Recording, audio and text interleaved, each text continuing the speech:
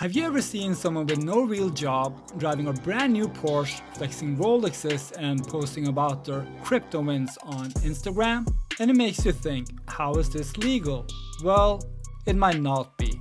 Money laundering isn't just a mafia thing anymore, but in 2025, money laundering is smart, it's fast and digital, and literally hiding in plain sight. Now, with Trump in office, enforcement budgets are being cut, crypto regulation is on pause, and some of the biggest proposed rules to tackle money laundering are frozen.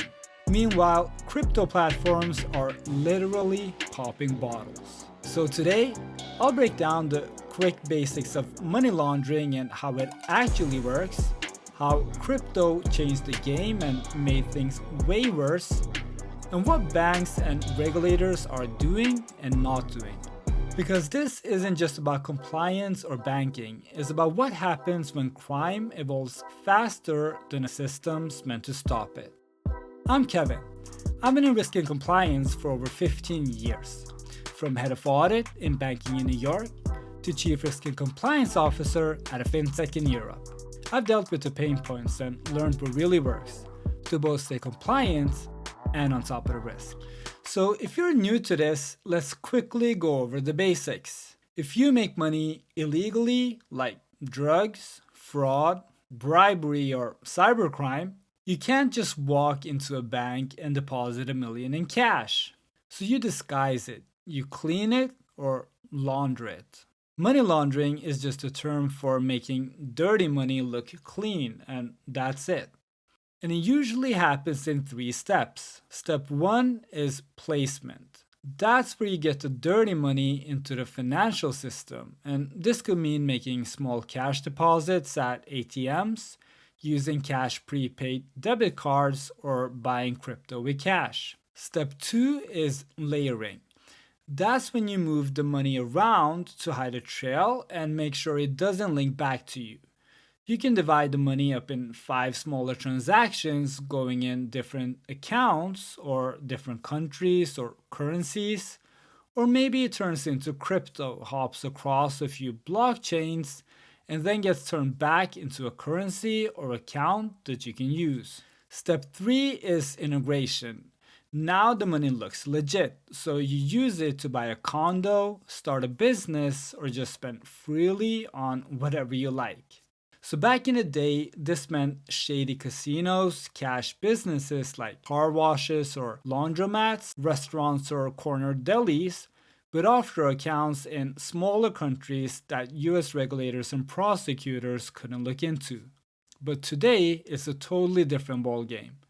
Now it's Discord servers, Telegram bots, and anonymous wallets that hop between 5 chains in under a minute. So let's talk about how.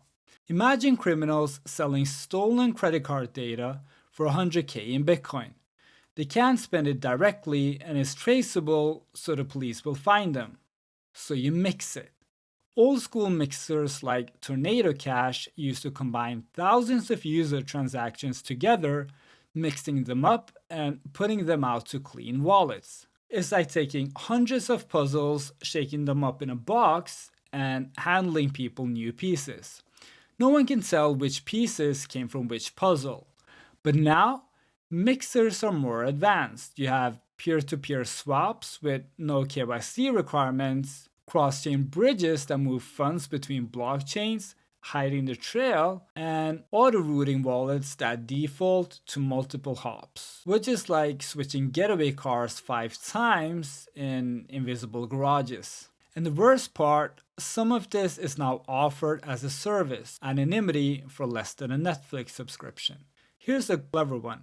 You create a fake Shopify store or an OnlyFans account, and maybe you pretend to sell digital art or offer design services. Then you buy from your own store using dirty funds, or watch videos of yourself all day. On paper, you're a legit digital freelancer, but in reality, you just laundered 20K. Let's say you buy 10K worth of skins or coins in a mobile game. Then you sell them to another account, which is also owned by you. There's no bank, there's no taxes, and there's no oversight. and games like Fortnite and World of Warcraft and CSGO has been used for money laundering like this.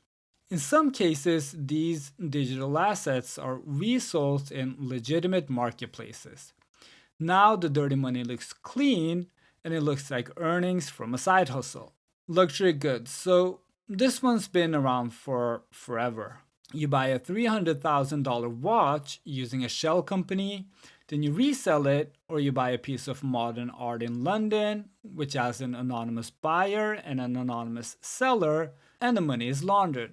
It's simple, scalable, and still surprisingly effective because luxury markets often lack rigorous KYC. And this isn't hypothetical. Drug cartels, corrupt politicians, and some Instagram influencers have done this for decades. So, what are banks doing and why it's not enough? So, let's be fair, banks are trying, but the system is full of holes. You have transaction monitoring where banks use algorithms and rules to spot unusual activity. So, if you have a 9,000 cash deposit, that's usually flagged. If you have transfers to high risk countries on a third party list, that is usually flagged as well. But these systems are overwhelmed. There's too many false positives, which is like grandma wiring 10K to her grandkid. It's flagged, but it's not suspicious. Or you have too many false negatives, which is a transaction that your systems should have flagged, but for some reason it didn't. It's like airport security, obsessing over shampoo bottles and baby food while someone sneaks in bags of cocaine in a saxophone case. And then you have suspicious activity reports or SARS. So when something looks shady, banks file SARS to FinCEN. But most SARS are vague, poorly written, and with way too many details. And FinCEN gets around 4 million of these every year. And it's not like these get investigated right away or, in fact, ever. These get stuck in a database and most probably never get looked at. And then obviously you have KYC or Know Your Customer. In theory, banks are supposed to verify every customer, but in practice, you have AI-generated fake IDs, shell companies with 5 layers of ownership, and fintech apps doing light touch onboarding but linking to real bank accounts. It's like putting a security camera outside your house while the back door is wide open. So, what banks could do?